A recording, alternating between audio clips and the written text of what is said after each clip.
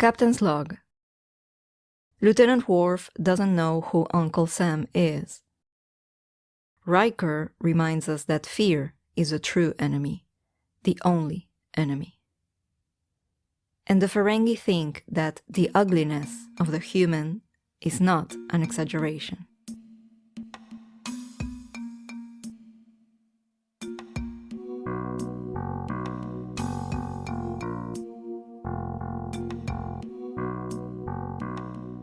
Hi, I'm Broccoli. Welcome to Cancel Red Alert. Today I will discuss The Last Outpost. This is episode number 4 of the first season of Star Trek The Next Generation, and it originally aired on October 19, 1987. In this episode we are introduced to a new alien species called the Ferengi. This is a species that will become fairly important. I would even say it's one of the main alien species on Star Trek. Although that won't happen on TNG. It will happen on another show, but more on that later. First, I will talk about the introduction to the Ferengi, what we learn about them in this episode, and what or who they represent or symbolize. Then I will talk about some of the themes in this episode. The issue of mission of exploration versus military mission, the relationship between history, memory, and the past, and finally, the importance of being open and flexible enough to change our perspective. So, come with me.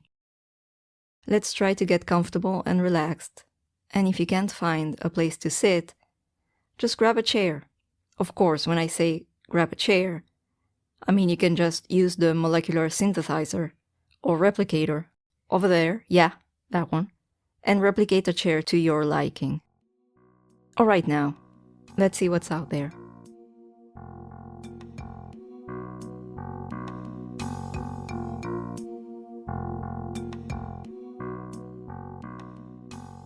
In the Star Trek universe, the Ferengi are perhaps not complete and total villains, but they are on the villain side of things. They are known for their treacherous and deceitful ways, and the fact that they are almost 100% motivated by capitalistic profit. After this episode, the Ferengi will make a few comebacks throughout TNG, but only for a few episodes, and they mostly remain quite simplistic as characters, almost like caricatures. They will be far more explored and developed on Star Trek Deep Space Nine, where one of the main characters on the show is a Ferengi, and where the Ferengi are far more complex and fascinating.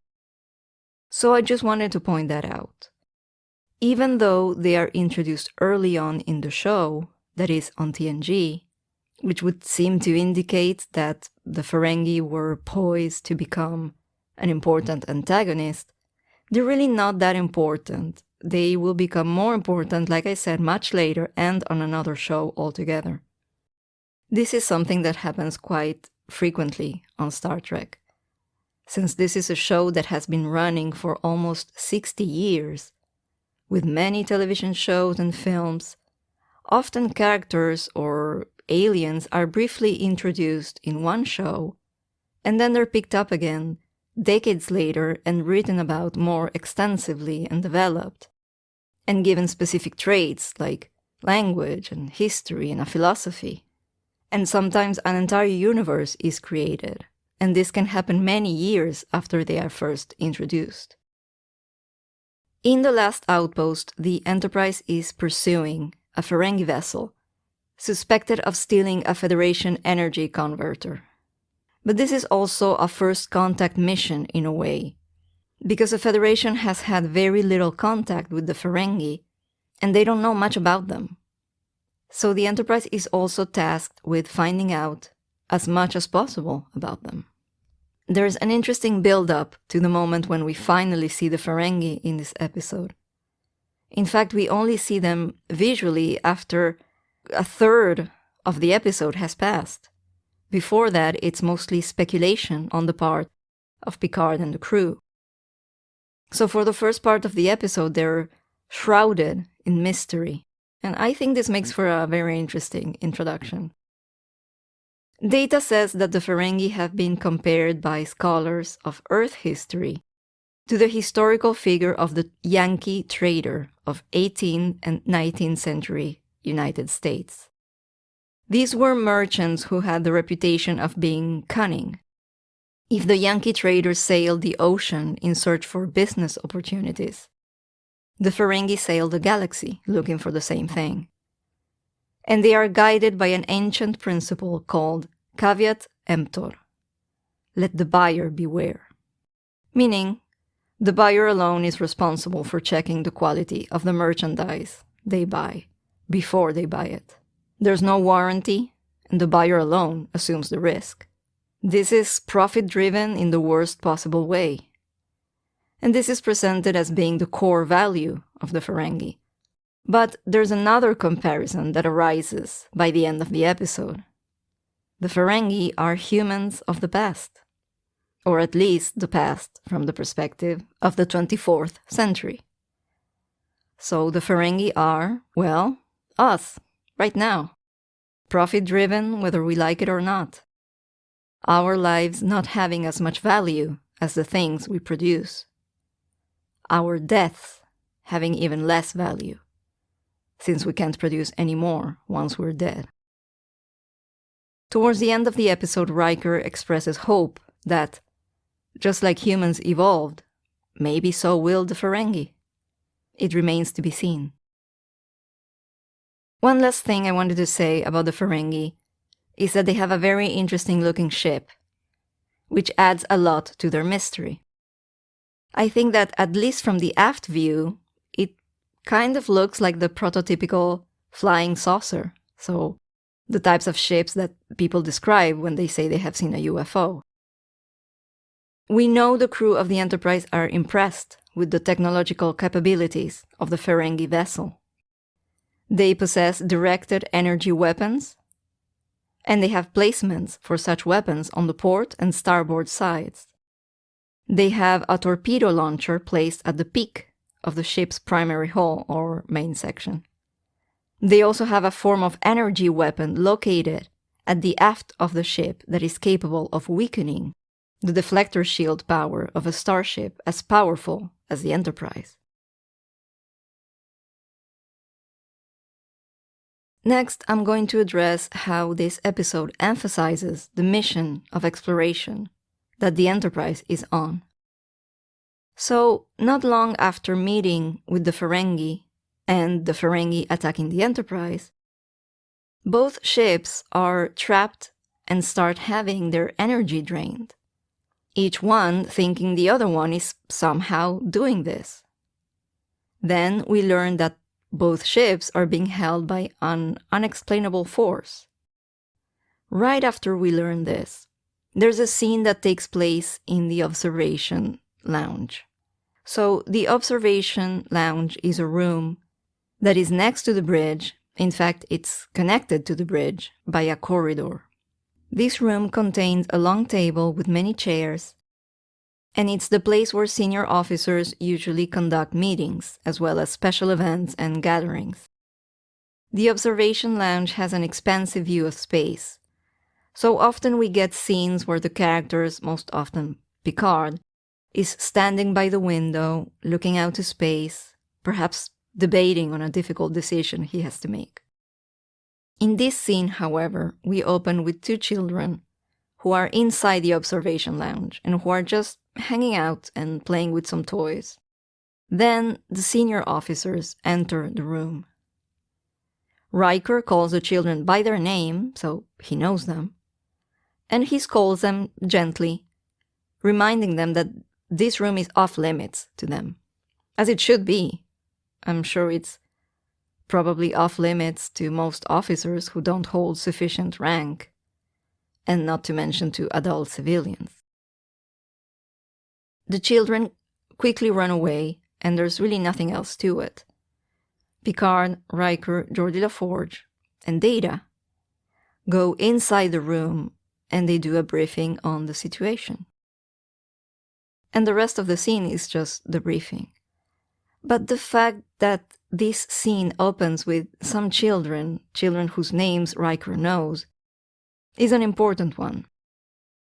Like I said, for most of the scene, we see the senior officers of the Enterprise engage in a serious conversation over how to deal with the very dangerous situation they find themselves in, essentially at the mercy of both an alien species that they don't know very well and who has already attacked them, and an unknown force probably coming from the mysterious planet next to them.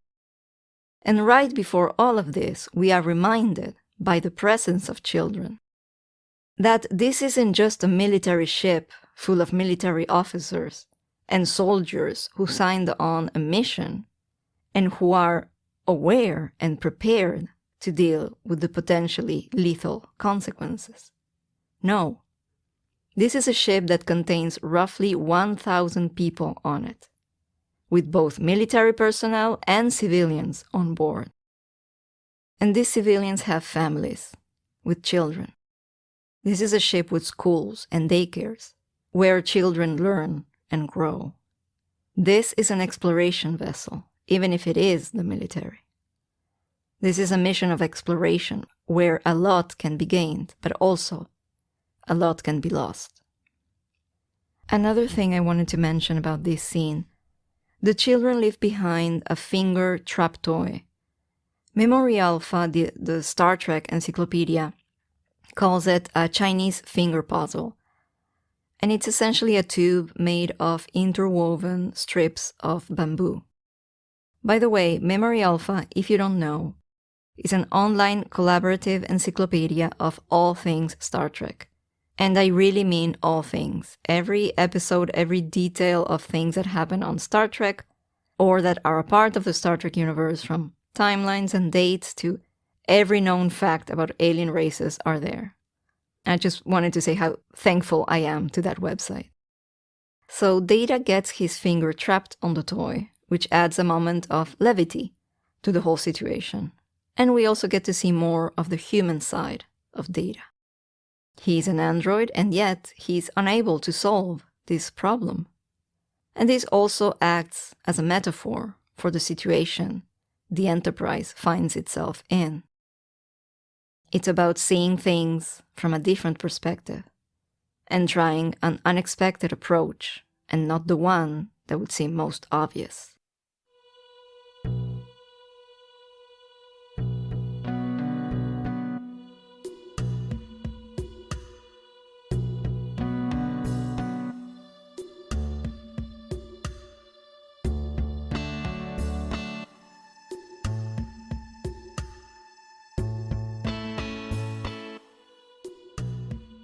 Now, about the relationship between history, memory, and the past.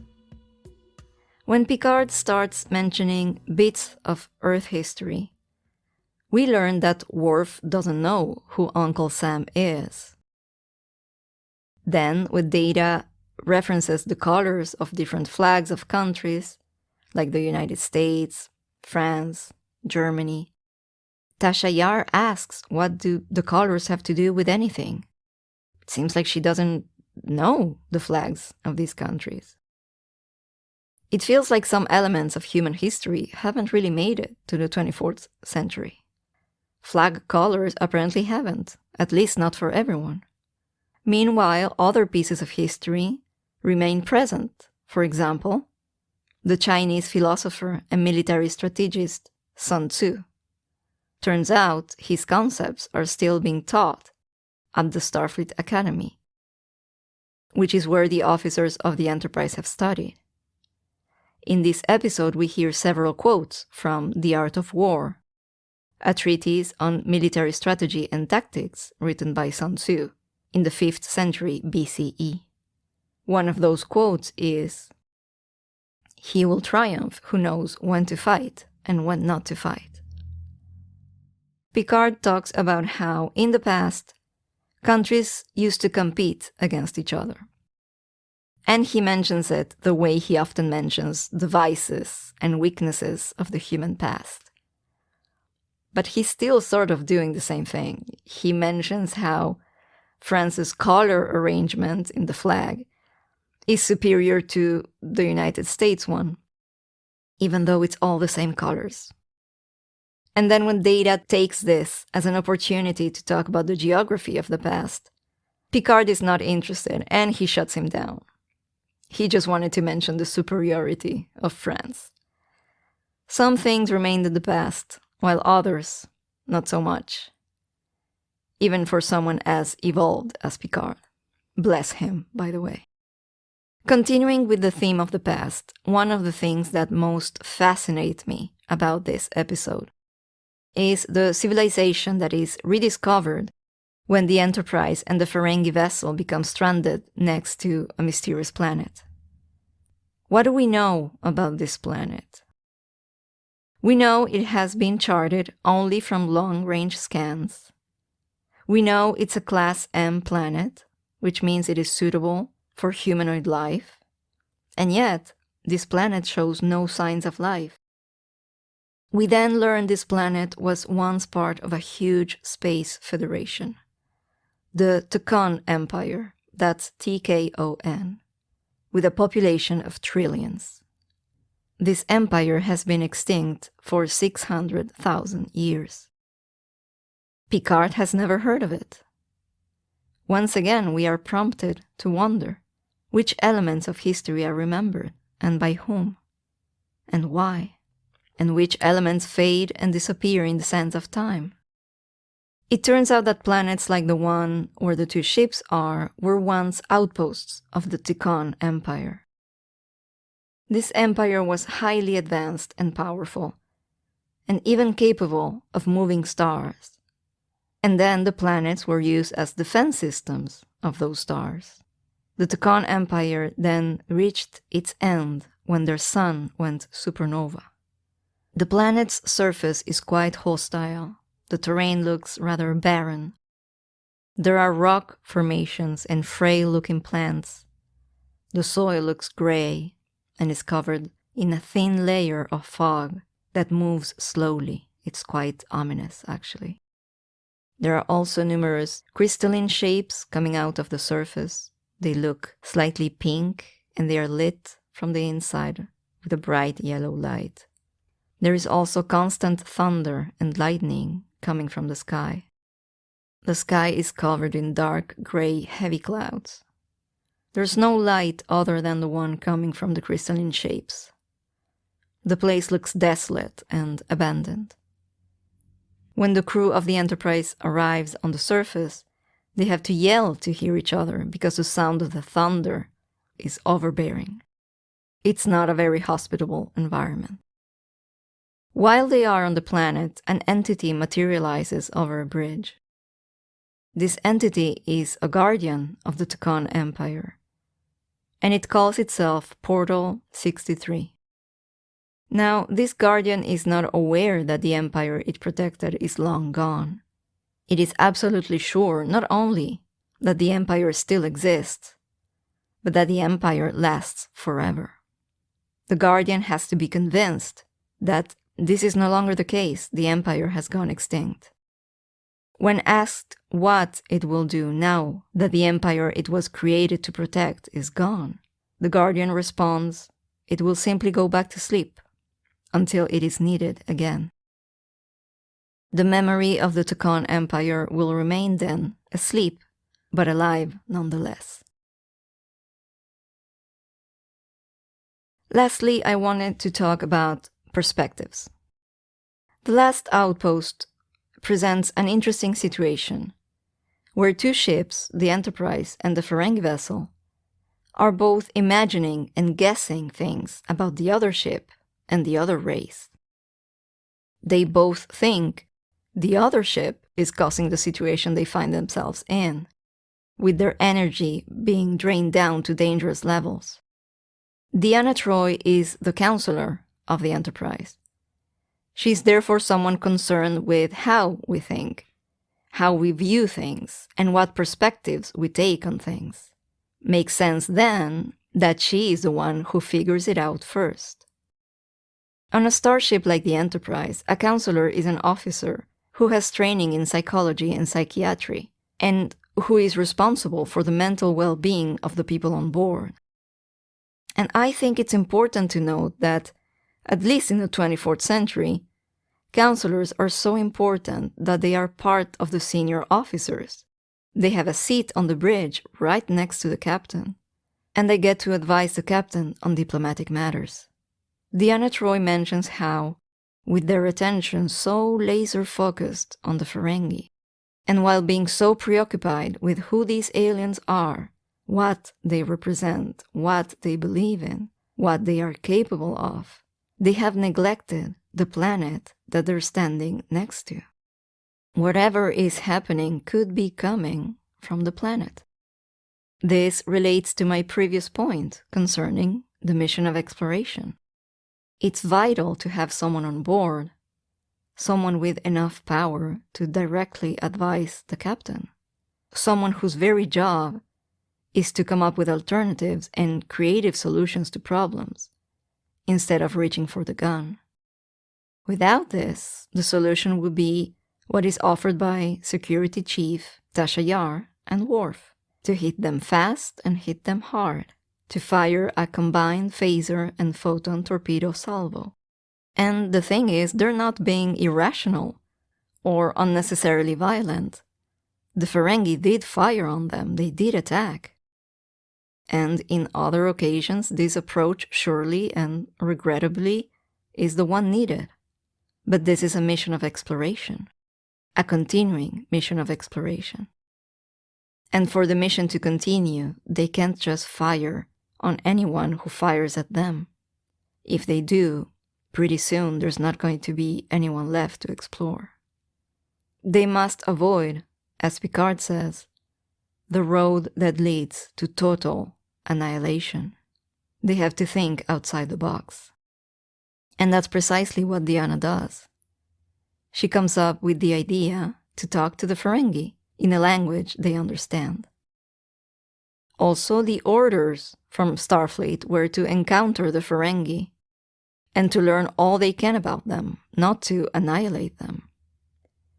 When the crew of the Enterprise realizes they are trapped by a force field emanating from a planet that used to belong to a long-gone empire, meaning no one is actually holding them captive and draining their energy on purpose, there's no violence or malice involved, only an old defense system that still works. That's when they realize the best way to find a way out of this situation is to cooperate with the Ferengi. And one last thing on the issue of perspectives.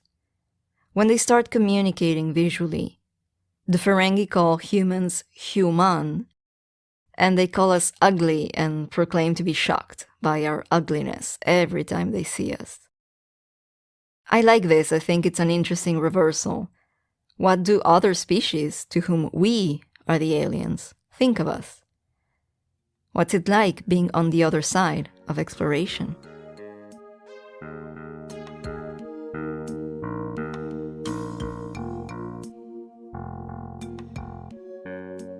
And this is the end of my comments on The Last Outpost. Everybody remember to put the chairs back in the replicator, and please, this time, don't forget to turn them into energy again. The matter-energy conversion is not going to happen on its own. Now, I would like to ask you, the listener, a question. I talked about how the theme of the mission of exploration in this episode, and how important it is for the sake of that mission, to have a diversity of approaches and to be flexible and creative, drawing from different backgrounds and types of knowledge. If you were on the Enterprise, what do you think you would bring to the mission of exploration? Would you be more of the engineering type? So you would be the one coming up with creative technological solutions to make the ship travel faster or to be able to study space and planets more effectively? Would you be more like Counselor Troi, someone who deals with diplomacy and communication? Or would you be like Tasha Yar and Worf, concerned with the issues of security and making sure everyone on board is safe so that they are able to explore another day? I think I'd be good at learning about other species' cultures and customs, and I think I could be a good advisor to the captain on such matters. I wouldn't want to be the captain. I don't want to have to make all those decisions. It looks exhausting. Well, that's it from me. Until next time, live long and prosper.